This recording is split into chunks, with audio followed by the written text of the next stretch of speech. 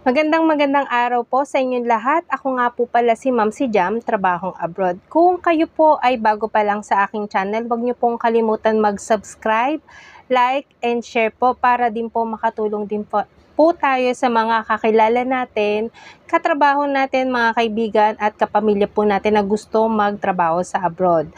So, ang pag-uusapan po natin ngayon ay domestic helper bound in Singapore. Kung kayo po ay interesado maging helper sa Singapore, ito pong video ay para sa inyo. So, ang gusto ko lamang po at pakiusap ko lamang po ay wag po kayong mag-skip na kahit na ano man po sa aking vlog para po wala po kayong makaligtaan ng mga importanteng impormasyon regarding po sa babanggitin ko na legit agency na pwede nyo pong applyan. At ilista nyo na lang po mamaya kasi mamaya po ilalagay ko po sa baba ng aking video yung pinaka spelling po ng agency. So, hindi na po tayo magpapaligoy-ligoy pa. Ito po ay hiring po sila, domestic helper sa Singapore. Job description po, kailangan po may kaalaman kayo sa paglilinis ng bahay, sa paggamit po ng mga panlinis ng bahay.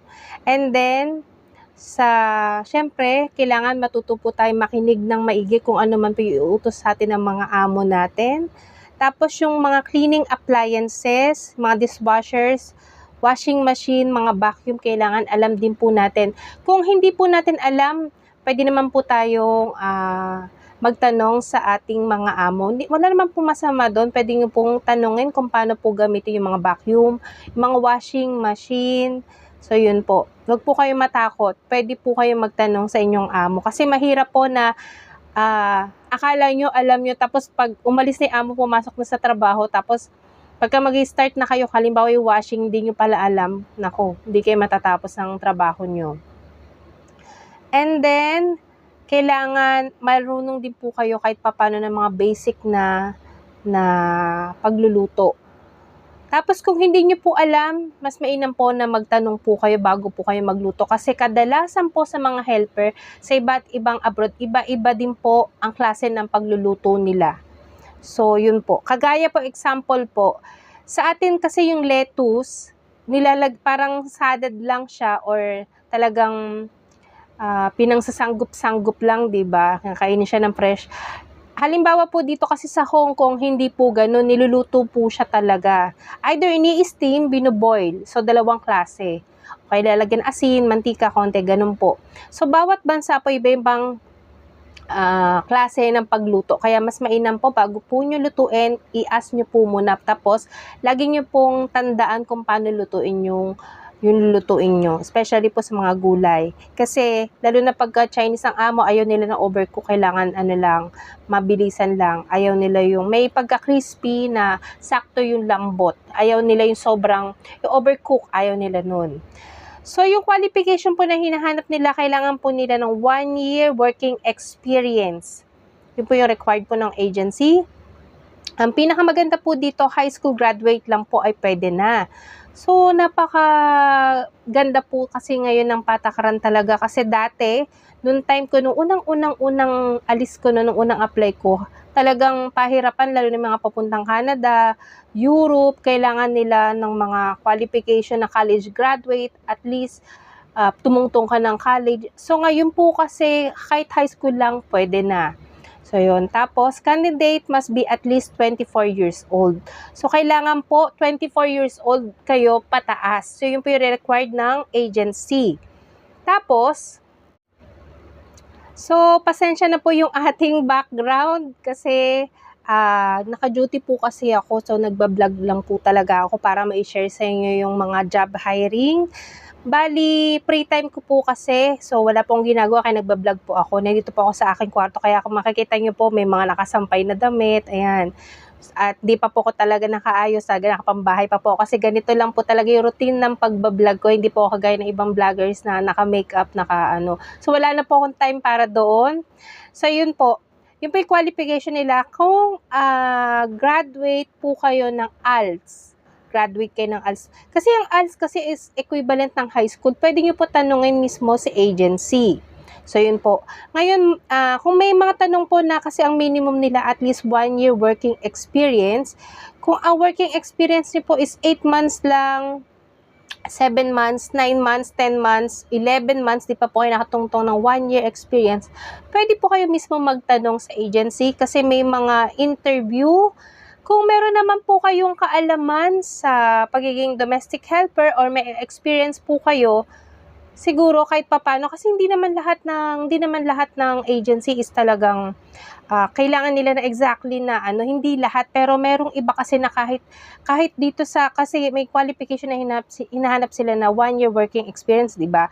Pero kasi na alam nilang may kaalaman ka talaga, kahit 9 months lang or pwede.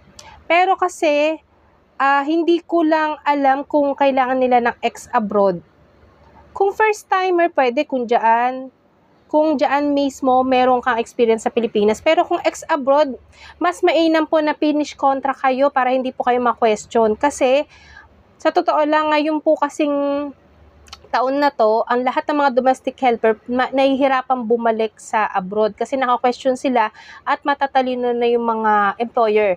Kasi once na naka-break contract ka, tapos ex-abroad ka, kasi matatanong bakit ka nag-break contract. So, maraming katanungan yan. Baka mamaya isipin kasi ni amo, baka kahit sa kanila, mahirapan ka na ng konti, mag-break contract ka na. So, yun yung iniisip. Kaya kailangan tapusin nyo po muna yung inyong mga kontrata kung nasaan man po kayo, nasa Middle East po kayo. Kahit 2 years lang makapag-apply. And then, ito po ay no placement fee.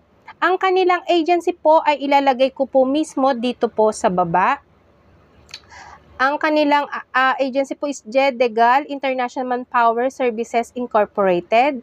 Ito po ay sa ground floor and second floor, Ascent Tower Building, GP Shorthorn, Bahay Toro, Project 8, Quezon City. So, kung kayo po ay familiar sa Quezon City, pwede po kayo magtanong-tanong doon. Kung kayo po, ito po ang pinakamaganda kasi no placement fee siya. So, hindi ko lang po alam other expenses regarding po sa medical, sa mga hindi ko lang po alam kung may gagastusin po. Kasi, pag domestic helper kasi normally kasi wala naman masyadong gagastusin. Maliban pero hindi naman po lahat meron pa rin po yung iba. Pero dito kasi sa Singapore, hindi ko lang po alam ngayon. Baka meron pa rin pero konti na lang. And then regarding po sa mga ibang katanungan about po sa age limit, maaari po kayo magpunta mismo sa agency para lahat po ng inyong katanungan masagot po nila. At take note, kung meron po kayong job order mismo or may nagkagusto po sa inyo na employer, mainam po na tanungin kung ilan ang alaga, gaano kalaki yung bahay, ilan ang kwarto, ilan ang CR. Kasi pag hindi kayo nagtanong at oo lang kayo na order sa job order, magulat na lang kayo pagdating nyo sa Singapore, malaki pala yung bahay, tapos 6 pala yung kwarto, tapos ang alaga nyo 3 o 4, napakahirap po, no? Kaya wag po kayo matakot na magtanong kasi mas mainam na kaya nyo yung trabaho, matatapos nyo yung kontrata para sa susunod na step kung saan man po kayo mag-a-apply, ay mabilis po kayo makakapag-apply kasi nga po, finish contract po kayo. So, yun po yung kagandahan ng break contract at finish contract. Sa mga break contract naman po, mag-try pa rin po tayo kasi hindi naman po porket break contract depende kung good reason naman po yung pagbe-break contract ninyo, mainam po. Lalo na yung pinaka reason po. So yun po.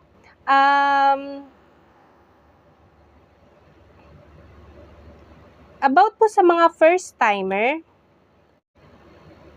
regarding po sa mga first-timer, pwede po kayo mag-ask kasi wala pong nakalagay dito kung ex-abroad or first-timer po pwede. Kasi kadalasan kasi napapansin ko puro ex-abroad eh.